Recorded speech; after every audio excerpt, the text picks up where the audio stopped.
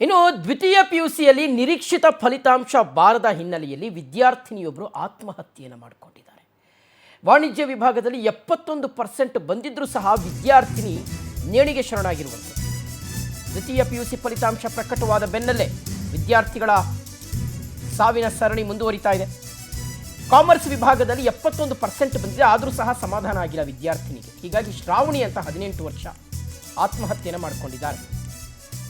ಹುಬ್ಬಳ್ಳಿ ಜಿಲ್ಲೆಯ ಉಣಕಲ್ನ ಸಿದ್ಧಕಲ್ಯಾಣ ನಗರದಲ್ಲಿ ನಡೆದಿರುವಂಥ ಘಟನೆ. ವಿದ್ಯಾನಗರದ ಕನಕದಾಸ ಕಾಲೇಜಿನಲ್ಲಿ ಶ್ರಾವಣಿಯವರು ಓದ್ತಾ ಇದ್ರು.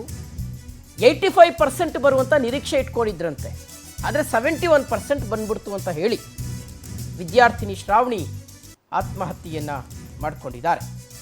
ಇದು ಬಹಳ ಕೆಟ್ಟ ನಿರ್ಧಾರ. ಈಗ ಪೋಷಕರನ್ನು ಕಣ್ಣೀರ ಕಡಲಲ್ಲಿ ಬಿಟ್ಟು ಹೋಗಿರ್ತಕ್ಕಂಥದ್ದು ನಿಜಕ್ಕೂ ಸರಿಯಾಗಿರ್ತಕ್ಕಂತಹ ಡಿಸಿಷನ್ ಅಲ್ಲ.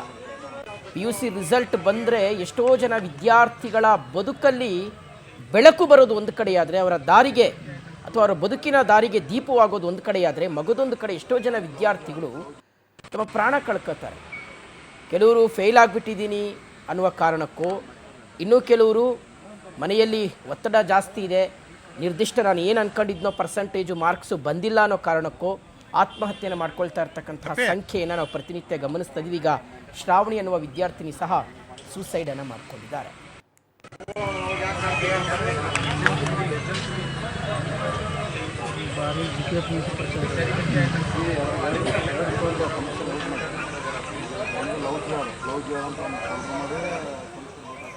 ಓಕೆ, ಇದ್ರ ಬಗ್ಗೆ ಡೀಟೇಲ್ಸ್ ಕೊಡ್ತಾರೆ ನಮ್ಮ ಪ್ರತಿನಿಧಿ ರವಿಕುಮಾರ್. ಈಗ ದೂರವಾಣಿ ಸಂಪರ್ಕದಲ್ಲಿ ಜಾಯ್ನ್ ಆಗ್ತಾ ಇರ್ತಕ್ಕಂಥದ್ದು. ರವಿ, ಈಗ ಈ PUC ರಿಸಲ್ಟ್ ಬಂದ ತಕ್ಷಣ ಪೋಷಕರು ಯಾರು ಮಕ್ಕಳನ್ನ ಒಂಟಿಯಾಗಿ ಬಿಡಬಾರ್ದು ಅಂತ ಅನ್ನಿಸ್ತಾ ಇದೆ ಅಂತ.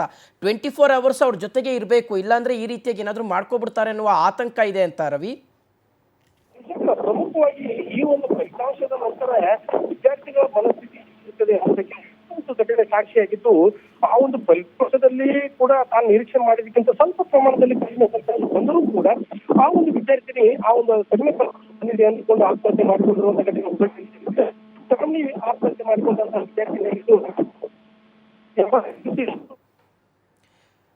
ಓಕೆ, ಸಂಪರ್ಕ ಸರಿಯಾಗಿ ಸಾಧ್ಯ ಆಗ್ತಾ ಇಲ್ಲ, ವಾಯ್ಸ್ ಕ್ಲಾರಿಟಿ ಇಲ್ಲ. ವೀಕ್ಷಕರೇ ನೋಡಿ, ಇದು ನಿಜಕ್ಕೂ ಸಹ ಪೋಷಕರು ಒಂದು ಸ್ವಲ್ಪ ಹೆಚ್ಚಿನ ಗಮನವನ್ನು ಇರಿಸಬೇಕು ಮಕ್ಕಳ ಮೇಲೆ. ಅದರಲ್ಲೂ ಪ್ರಮುಖವಾಗಿ ಸೆಕೆಂಡ್ PUC ಓದ್ತಾ ಇರ್ತಕ್ಕಂಥ ಮಕ್ಕಳು ಮತ್ತು ರಿಸಲ್ಟ್ ಸಂದರ್ಭದಲ್ಲಿ.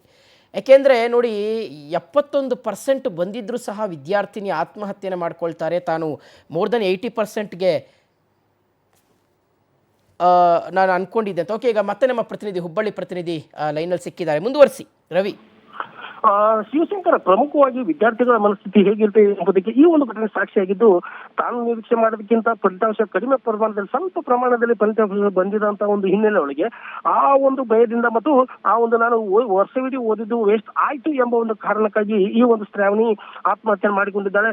ಸದ್ಯ ಈ ಒಂದು ವಿಚಾರ ಕುರಿತಂತೆ ಕೂಡ ಪೋಷಕರು ಮತ್ತು ಇಡೀ ಒಂದು ನೀವು ಹೇಳಿದಂತೆ ಇಡೀ ಪೋಷಕರು ಸಹಿತ ಆತಂಕ ವಲಯದಲ್ಲಿದ್ದು, ಸದ್ಯ ಈ ಒಂದು ಶ್ರಾವಣಿಯ ಮರಣೋತ್ತರ ಪರೀಕ್ಷೆ ಹುಬ್ಬಳ್ಳಿಯ ಕಿಮ್ಸ್ ಆಸ್ಪತ್ರೆಯಲ್ಲಿ ಮುಕ್ತವಾಗಿದ್ದು, ಕೆಲವೇ ನಿಮಿಷಗಳಲ್ಲಿ ಆ ಒಂದು ಕುಟುಂಬಕ್ಕೆ ಶ್ರಾವಣಿಯ ಮೃತದೇಹವನ್ನು ಹಸ್ತಾಂತರ ಮಾಡಲಿದ್ದಾರೆ.